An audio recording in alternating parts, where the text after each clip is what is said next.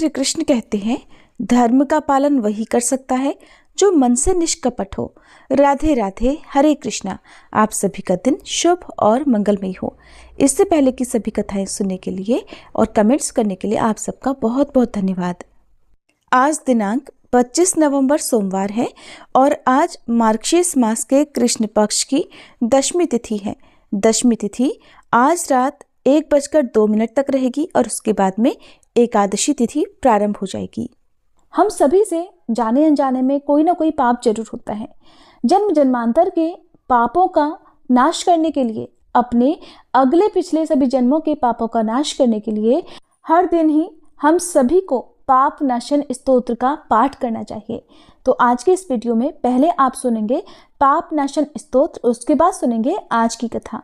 सर्वव्यापी विष्णु को सदा नमस्कार है, श्री हरि विष्णु को नमस्कार है। मैं अपने चित्त में स्थित सर्वव्यापी अहंकार शून्य श्री हरि को नमस्कार करती हूँ। मैं अपने मानस में विराजमान अव्यक्त अनंत और अपराजित परमेश्वर को नमस्कार करती हूँ। सबके पूजनीय, जन्म और मरण से रहित प्रभावशाली श्री हरि को नमस्कार है। श्री हरि अर्थात श्री विष्णु मेरे चित्त में निवास करते हैं। श्री विष्णु मेरी बुद्धि में विराजमान है। श्री विष्णु मेरे अहंकार में प्रतिष्ठित हैं और श्री विष्णु मुझ में भी स्थित हैं। वे श्री विष्णु ही चराचर प्राणियों के कर्मों के रूप में स्थित हैं। उनके चिंतन से मेरे पापों का नाश हो, जो ध्यान करने पर पापों का हरण करते हैं और भावना करने से स्वप्न में दर्शन देते हैं। देवराज इंद्र के अनुज शरणागत जनों का दुख दूर करने वाले उन पापहारी श्री विष्णु को मैं नमस्कार करती हूँ। मैं इस निराधार जगत में अज्ञान अंधकार में डूबते हुए को हाथ का सहारा देने वाले परात्पर स्वरूप श्री विष्णु के सम्मुख नतमस्तक होती हूँ। हे सर्वेश्वर प्रभु, हे कमल नयन परमात्मन, हे ऋषिकेश, आपको नमस्कार है। हे इंद्रियों के स्वामी श्री विष्णु, आपको नमस्कार है। हे नृसिंह, अनंत स्वरूप गोविंद, समस्त भूत प्राणियों की सृष्टि करने वाले केशव, मेरे द्वारा जो दुर्वचन कहा गया हो अथवा पाप पूर्ण चिंतन किया गया हो, मेरे उस पाप का प्रशमन कीजिए, आपको नमस्कार है। हे केशव, अपने मन के वश में होकर मैंने जो न करने योग्य अत्यंत उग्र पाप पूर्ण चिंतन किया है, उसे भी शांत कीजिए। हे परमार्थ परायण, हे ब्राह्मण प्रिय गोविंद, अपनी मर्यादा से कभी च्युत न होने वाले जगन्नाथ, जगत का भरण पोषण करने वाले देवेश्वर, मेरे पापों का विनाश कीजिए। मैंने मध्याह्न, अपराह्न, सायंकाल और रात्रि के समय जानते हुए अथवा अनजाने में शरीर, मन और वाणी के द्वारा जो पाप किया हो, हे पुंडरीकाक्ष, हे ऋषिकेश, हे माधव, आपके इन तीनों नामों के उच्चारण से मेरे वे सब पाप क्षीण हो जाएं, नाश हो जाएं। हे कमल नयन, हे लक्ष्मीपते, हे इंद्रियों के स्वामी माधव, आज आप मेरे शरीर और वाणी द्वारा किए हुए पापों का हनन कीजिए। आज मैंने खाते, सोते, खड़े, चलते अथवा जागते हुए मन, वाणी और शरीर से जो भी नीच योनि और नरक की प्राप्ति कराने वाले सूक्ष्म अथवा स्थूल पाप किए हों, भगवान वासुदेव के नामोच्चारण से वे सब विनष्ट हो जाएं। जो परब्रह्म, परम धाम और परम पवित्र हैं, उन श्री विष्णु के संकीर्तन से मेरे सभी पाप नष्ट हो जाएं। जिसको प्राप्त होकर ज्ञानी जन पुनः लौटकर नहीं आते, जो गंध, स्पर्श आदि तन्मात्राओं से रहित हैं, श्री विष्णु का वह परम पद मेरे संपूर्ण पापों का शमन करे। इस स्तोत्र को सुनने के साथ ही सभी को सच्चे मन से अपने पापों के लिए क्षमा मांगनी चाहिए। ये था पाप नाशन स्तोत्र का हिंदी अनुवाद। अब सुनिए आज की कथा। श्री नारायण कहते हैं, हे मुने, उस तेज पुंज के सामने ध्यान और स्तुति करके खड़े हुए उन देवताओं ने उस तेजो राशि के मध्य भाग में एक कमनीय शरीर को देखा, जो सजल जलधर के समान श्याम कांति से युक्त और परम मनोहर था। उसके मुख पर मंद मंद मुस्कान छा रही थी। उसका रूप परमानंद जनक और त्रिलोकी के मन को भी मोह लेने वाला था। उसके दोनों गालों पर मकराकार कुंडल जगमगा रहे थे। उत्तम रत्नों के बने हुए नुपुरों से उनके चरणों की बड़ी शोभा हो रही थी। उसी तेज पुंज में देवताओं ने मनोहर अंग वाली श्री राधा को भी देखा। वे मंद मंद मुस्कान के साथ अपनी ओर देखते हुए प्रेतम को तिरछी चितवन से देख रही थी। उन श्रेष्ठ परमेश्वर और सुंदरी परमेश्वरी का दर्शन करके सभी देवताओं को बड़ा आश्चर्य हुआ। उनके तो संपूर्ण मनोरथ पूर्ण हो गए थे। इसलिए अब उन सभी देवताओं ने फिर से भगवान की स्तुति आरंभ कर दी। ब्रह्मा जी बोले, हे परमेश्वर, मेरा मन रूपी भ्रमर आपके चरणों में लगातार प्रेम भक्ति पूर्वक भ्रमण करता रहे। शांति रूपी औषधि देकर मेरे जन्म मरण के रोग से आप मेरी रक्षा कीजिए और मुझे सुदृढ़ और अत्यंत परिपक्व भक्ति और दास्य भाव दीजिए। भगवान शंकर कहने लगे, हे प्रभु, भव सागर में डूबा हुआ मेरा मन रूपी मत्स्य सदा ही इस घोर संसार रूपी कुएं में चक्कर लगाता रहता है। सृष्टि और संहार यही इसका अत्यंत निंदनीय विषय है। आप इस विषय को दूर कर दीजिए और अपने चरणों की भक्ति मुझे दे दीजिए। धर्म बोले, हे मेरे ईश्वर, आपके आत्मीय जनों के साथ साथ मेरा सदा समागम होता रहे। जो विषय रूपी बंधन को काटने के लिए तीखी तलवार का काम करता है और आपके चरणों में स्थान दिलाने का एकमात्र कारण है। प्रभु, आप जन्म जन्म में मुझे अपने चरणों की भक्ति प्रदान कीजिए। भगवान नारायण कहते हैं, हे देवर्षि, इस प्रकार स्तुति करके मनोरथ पूर्ण हुए वे तीनों देवता कामनाओं की पूर्ति करने वाले श्री राधा वल्लभ के सामने खड़े हो गए। देवताओं की ये स्तुति सुनकर कृपा निधान श्री कृष्ण के मुखारविंद पर मंद मंद मुस्कान खिल उठी। वे उनसे हितकर और सत्य वचन में बोले। भगवान श्री कृष्ण ने कहा, तुम सब लोग इसी समय मेरे धाम में पधारे हो और यहाँ तुम्हारा स्वागत है।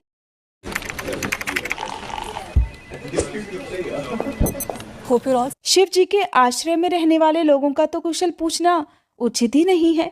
यहाँ आकर आप सभी निश्चिंत हो जाइए। मेरे रहते भला आपको क्या चिंता है? मैं समस्त जीवों के भीतर विराजमान हूँ, लेकिन स्तुति से ही प्रत्यक्ष होता हूँ। आपका जो अभिप्राय है वह सब मैं निश्चित रूप से जानता हूँ। हे देवताओं, शुभ और अशुभ जो भी कर्म है वो सब समय पर ही होगा। बड़ा और छोटा सब कार्य काल से ही संपन्न होता है। वृक्ष अपने अपने समय पर ही सदा फूलते और फलते हैं। समय पर ही उनके फल पकते हैं और समय पर ही वे कच्चे फलों से लद जाते हैं। सुख दुख, संपत्ति विपत्ति, शोक चिंता तथा शुभ और अशुभ सब अपने अपने कर्मों के फल हैं और सभी समय पर ही उपस्थित होते हैं। तीनों लोकों में न तो कोई किसी का प्रिय है और न ही अप्रिय। हे देवताओं, आप लोगों का यहाँ गोलोक में जो एक क्षण बीता है उतने में ही पृथ्वी पर 7 मनवंतर बीत चुके हैं। 7 इंद्र समाप्त हो गए हैं और इस समय 8वें इंद्र चल रहे हैं। इस प्रकार मेरा कालचक्र दिन रात भ्रमण करता रहता है। इंद्र, मनु और राजा सभी लोग काल के वशीभूत हो गए। उनकी कीर्ति पृथ्वी, पुण्य और पाप की कथा मात्र शेष रह गई है। इस समय भी भूमि पर बहुत से राजा दुष्ट और भगवान निंदक हैं। उनके बल और पराक्रम महान है, परंतु समयानुसार वे सब के सब कालांतक यम के ग्रास हो जाएंगे। ये काल इस समय भी मेरी आज्ञा से ही उपस्थित है। वायु मेरी आज्ञा मानकर ही निरंतर बहती रहती है। मेरी आज्ञा से ही अग्नि जलती है और सूर्य तपते हैं। हे देवताओं, मेरी आज्ञा से ही सब शरीरों में रोग भी निवास करते हैं। समस्त प्राणियों में मृत्यु का संचार होता है और वे समस्त जलधर वर्षा भी करते हैं। मेरे शासन से ही ब्राह्मण ब्राह्मणत्व में, तपोधन तपस्या में और योगी योग में निष्ठा रखते हैं। वे सब के सब मेरे भय से भीत होकर ही स्वधर्म कर्म के पालन में लीन हैं। जो मेरे भक्त हैं वे सदा निशंक रहते हैं, क्योंकि वे कर्म का निर्मूलन करने में समर्थ हैं। देवताओं, मैं काल का भी काल हूँ, विधाता का भी विधाता हूँ, संहारकारी का भी संहारक और पालक का भी पालक परमात्मा परमेश्वर हूँ। मेरी आज्ञा से ही ये शिव संहार करते हैं, इसीलिए इनका नाम हर है। आप मेरे आदेश से सृष्टि के लिए उद्यत रहते हो, इसलिए विश्व सृष्टा कहलाते हो और धर्मदेव रक्षा के कारण ही पालक कहलाते हैं। मैं अपने भक्तों का प्राण हूँ और भक्त भी मेरे लिए प्राणों के समान हैं। जो मेरा नित्य ध्यान करते हैं उनका मैं दिन रात स्मरण करता हूँ। 16 अरों से युक्त अत्यंत तीखा सुदर्शन नामक चक्र महान तेजस्वी है। संपूर्ण जीवधारियों में जितना भी तेज है वह सब उस चक्र के तेज के 16वें अंश के बराबर भी नहीं है। आप सब देवता और प्राणाधिका लक्ष्मी जी भी मुझे भक्त से बढ़कर प्यारी नहीं है। हे देवेश्वरों, भक्तों का भक्ति पूर्वक दिया हुआ जो द्रव्य है उसे तो मैं बड़े प्रेम से ग्रहण करता हूँ, लेकिन अभक्तों की दी हुई कोई भी वस्तु मैं नहीं खाता। निश्चय ही उसे राजा बलि ही भोगते हैं, जो अपने पति, पत्नी, पुत्र आदि स्वजनों को त्याग कर दिन रात मुझे ही याद करते हैं। उनका स्मरण मैं भी आप लोगों को त्याग कर सदा किया करता हूँ। जो लोग भक्तों और गौओं और ब्राह्मणों से द्वेष रखते हैं, यज्ञों और देवताओं की हिंसा करते हैं, वे शीघ्र ही उसी तरह नष्ट हो जाते हैं जैसे जलती हुई अग्नि में तिनके हो जाया करते हैं। जब मैं उनका घातक बनकर उपस्थित होता हूँ तब कोई भी उनकी रक्षा नहीं कर पाता। देवताओं, मैं पृथ्वी पर जाऊंगा, अब आप लोग भी अपने स्थान को पधारो और शीघ्र ही अपने अंश रूप से भूतल पर अवतार लो। ऐसा कहकर जगदीश्वर श्री कृष्ण ने गोपों और गोपियों को बुलाकर मधुर, सत्य और समयोचित बातें कही। गोपों और गोपियों, सुनो, तुम सब के सब नंदराय जी का जो उत्कृष्ट ब्रज है वहां जाओ और उस ब्रज में अवतार ग्रहण करो। राधिके, तुम भी शीघ्र ही वृषभानु के घर पधारो। वृषभानु की प्यारी पत्नी बड़ी साध्वी है। उनका नाम कलावती है। वे सुबल की पुत्री हैं और लक्ष्मी जी के अंश से प्रकट हुई हैं। वास्तव में वे पितरों की मानसी कन्या हैं और नारियों में धन्या और मान्या समझी जाती हैं। पूर्व काल में दुर्वासा के श्राप से उनका ब्रजमंडल में गोप के घर में जन्म हुआ है। अब तुम उन्हीं कलावती की पुत्री होकर जन्म ग्रहण करो और शीघ्र ही नंद ब्रज में जाओ। हे कमलानने, मैं बालक रूप से वहां आकर तुम्हें प्राप्त करूंगा। राधे, तुम मुझे प्राणों से भी अधिक प्यारी हो और मैं भी तुम्हें प्राणों से अधिक प्यारा हूं। हम दोनों का कुछ भी एक दूसरे से अलग नहीं है। हम सदैव एक रूप हैं।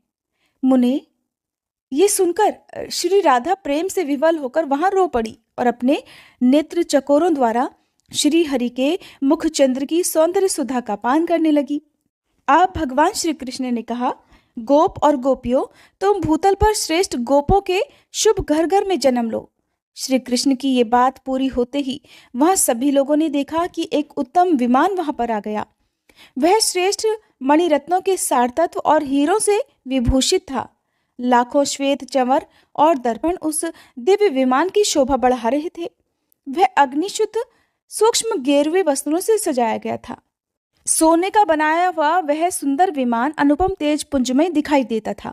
उससे सैकड़ों सूर्यों के समान प्रकाश फैल रहा था और उस पर बहुत से श्रेष्ठ पार्षद बैठे हुए थे। उस विमान में एक श्याम सुंदर कमनीय पुरुष दृष्टिगोचर हुए अर्थात दिखाई दिए, जिनके 4 हाथों में शंख, चक्र, गदा और पद्म शोभा पा रहे थे। उन श्रेष्ठ पुरुष ने पीतांबर धारण कर रखा था। उनके मस्तक पर किरीट, कानों में कुंडल और वक्ष स्थल पर वनमाला शोभित हो रही थी। उनकी 4 भुजाएं और मुस्कुराता हुआ मनोहर मुख देखने ही योग्य थे। भक्तों पर कृपा करने के लिए वे आकुल दिखाई देते थे। उन्हीं के बाएं भाग में सुरम्य शरीर वाली शुक्ल वर्णा मनोहरा ज्ञान रूपा और विद्या की अधिष्ठात्री देवी सरस्वती जी दिखाई दी, जिनके हाथों में वेणु, वीणा और पुस्तकें थीं। वे भी भक्तों पर कृपा करने के लिए बड़ी व्याकुल दिख रही थी। उन महानारायण के दाहिने भाग में शरत काल के चंद्रमा की सी प्रभा और तपाए हुए सोने की तरह कांति से प्रकाशमान परम मनोहरा और रमणीय देवी लक्ष्मी जी दिखाई दी, जिनके मुख पर मुस्कान खेल रही थी। वे भी दिव्य और अनुपम सौंदर्य से प्रकाशित हो रही थी। अपनी ओर देखने वाले नारायण देव को वो तिरछी चितवन से निहार रही थी। पत्नियों और पार्षदों के साथ शीघ्र ही विमान से उतरकर वे नारायण देव गोप गोपियों से भरी हुई उस रमणीय सभा में जा पहुंचे। उन्हें देखते ही ब्रह्मादि देवता, गोप और गोपी सब के सब बड़ी प्रसन्नता से उठकर उनके सम्मान में खड़े हो गए। सबके हाथ जुड़े हुए थे। देवर्षिगण साम वेदोक्त स्तोत्र द्वारा उनकी स्तुति करने लगे। उनकी स्तुति समाप्त होने पर नारायण देव आगे जाकर श्री कृष्ण विग्रह में विलीन हो गए। यह परम आश्चर्य की बात देखकर सबको बड़ा विस्मय हुआ। उसी समय वहां एक दूसरा स्वर्णमय रथ आ पहुंचा। उससे जगत का पालन करने वाले त्रिलोकीनाथ श्री विष्णु स्वयं उतरकर उस सभा में आए। उनकी 4 भुजाएं थी। वनमाला से विभूषित पीतांबरधारी, संपूर्ण अलंकारों की शोभा से संपन्न और करोड़ों सूर्यों के समान प्रकाशमान श्री विष्णु जी बड़े मनोहर दिखाई देते थे। वे मंद मंद मुस्कुरा रहे थे। उन्हें देखते ही सभी लोग उठकर खड़े हो गए। सबने प्रणाम करके उनकी स्तुति की। इसके बाद वे भी वहीं पर श्री राधिका वल्लभ श्री कृष्ण के शरीर में लीन हो गए। श्वेत द्वीप निवासी श्री विष्णु के श्री कृष्ण विग्रह में विलीन हो जाने के बाद वहां तुरंत ही शुद्ध स्फटिक मणि के समान गौर वर्ण वाले संकर्षण नामक पुरुष पधारे। वे बड़ी जल्दी में थे। उनके सहस्त्रों मस्तक थे और वे 100 सूर्यों के समान प्रकाशित हो रहे थे।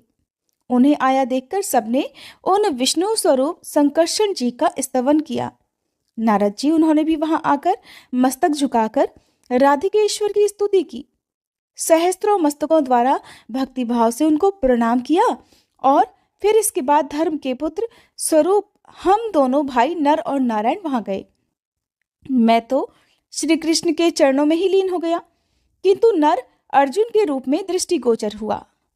फिर ब्रह्मा जी, शिव जी, शेष और धर्म ये चारों वहां एक स्थान पर खड़े हो गए। इसी बीच में देवताओं ने वहां दूसरा उत्तम रथ देखा, जो कि स्वर्ण के सार तत्व का बना हुआ था। तरह तरह के रत्नों से अलंकृत था। अब ग्रीष्म ऋतु के मध्यकालीन मार्तंड की प्रभा को तिरस्कृत करने वाला वह श्रेष्ठ विमान मोती, मणि और हीरे के समूह से जाज्वल्यमान प्रतीत हो रहा था।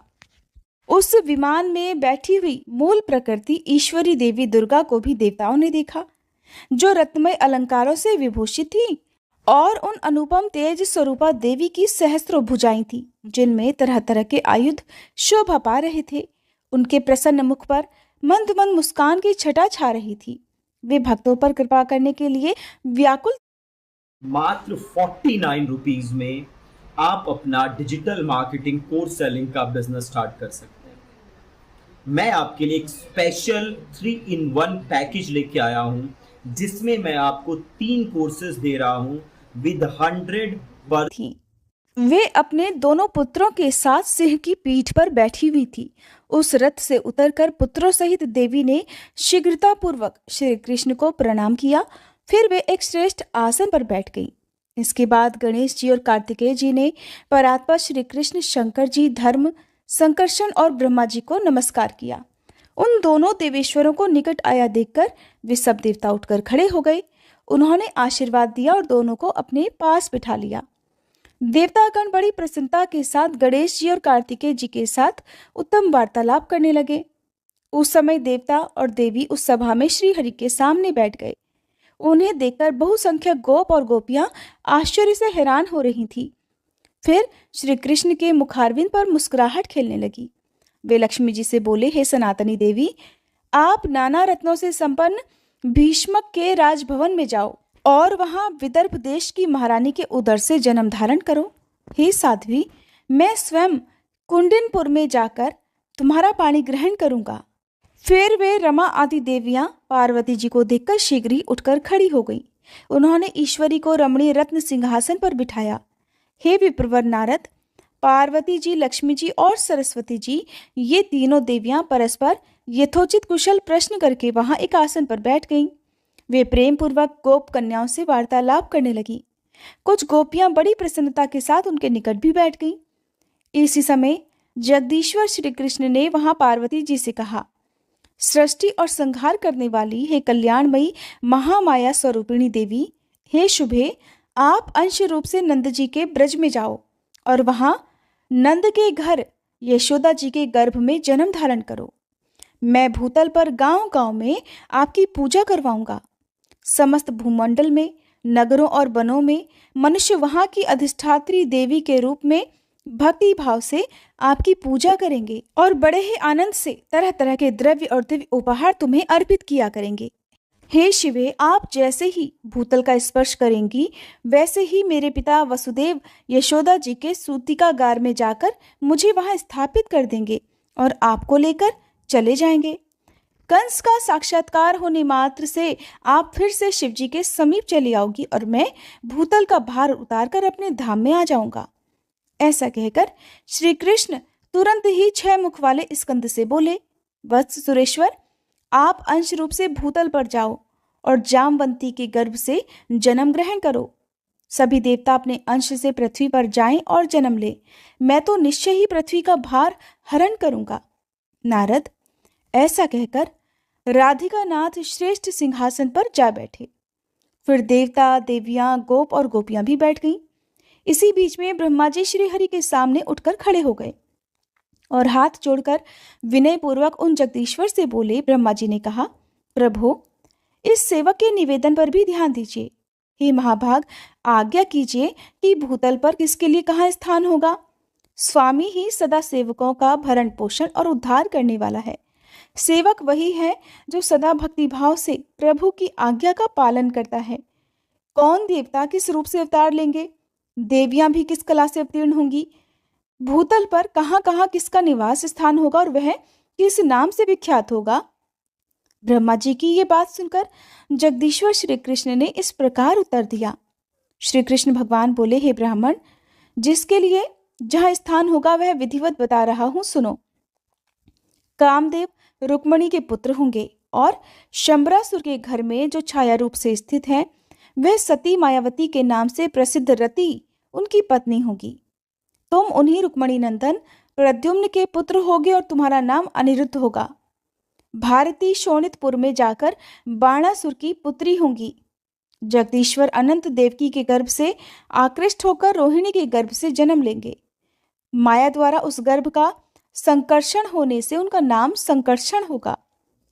सूर्य तनया यमुना गंगा के अंश के साथ भूतल पर कालिंदी नाम वाली पटरानी होंगी। तुलसी आधे अंश से राजकन्या लक्ष्मणा के रूप में अवतीर्ण होंगी। वेद माता सावित्री नगजित की पुत्री सती सत्या के नाम से प्रसिद्ध होंगी। वसुधा, सत्यभामा और देवी सरस्वती शैव्या होंगी। रोहिणी राजकन्या मित्रविंदा होंगी। सूर्य पत्नी संज्ञा अपनी कला से जगत गुरु की पत्नी रत्नमाला होंगी। स्वाहा एक अंश से सुशीला के रूप में अवतीर्ण होंगी। ये रुक्मणी आदि 9 स्त्रियां हो गईं। अब सभी देवताओं को भगवान श्री कृष्ण ने जो जो आदेश दिया, जिस जिस रूप को धारण करने के लिए कहा, उसका वर्णन आप अगले अध्याय में सुनेंगे। अब सुने श्री कृष्ण चालीसा पाठ। बंशी शोभित कर मधुर नील जलद तन श्याम, अरुण अधर जनु बिंबा फल नयन कमल अभिराम, पूर्ण इंद्र अरविंद मुख पीतांबर शुभ साज, जय मन मोहन मदन छवि कृष्ण चंद्र महाराज, जय यदुनंदन जय जगवंदन, जय वसुदेव देवकी नंदन, जय यशोदासुत नंद दुलारे, जय प्रभु भक्तन के धृग तारे, जय नट नागर नाग नथैया, कृष्ण कन्हैया धेनु चरैया, पुनि नख पर प्रभु गिरवर धारो, आओ दीनन कष्ट निवारो, वंशी मधुर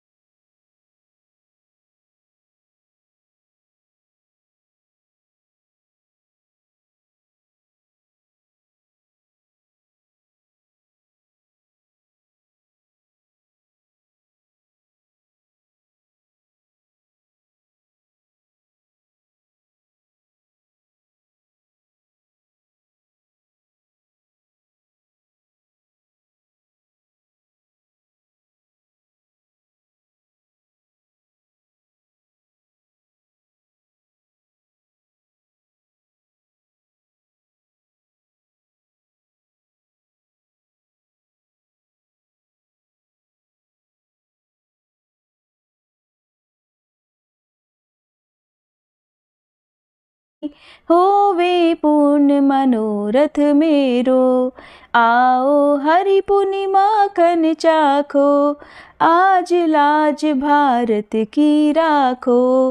गोल कपोल चिबुक अरुणारे, मृदु मुस्कान मोहिनी डारे। रंजित राजीव नयन विशाला, मोर मुकुट वैजंती माला। कुंडल श्रवण पीत पट आछे, कटी किंकणिका छन काछे। नील जलज सुंदर तन सोहे, छवि लखि सुर नर मुनि मन मोहे। मस्तक तिलक अलक घुंघराले, आओ कृष्ण बांसुरी वाले। करी पय पान पूत नहीं तार्यो, अका बका कागा सुर मार्यो। मधुवन जलत अग्नि जब ज्वाला, भय शीतल लखि तहि नंद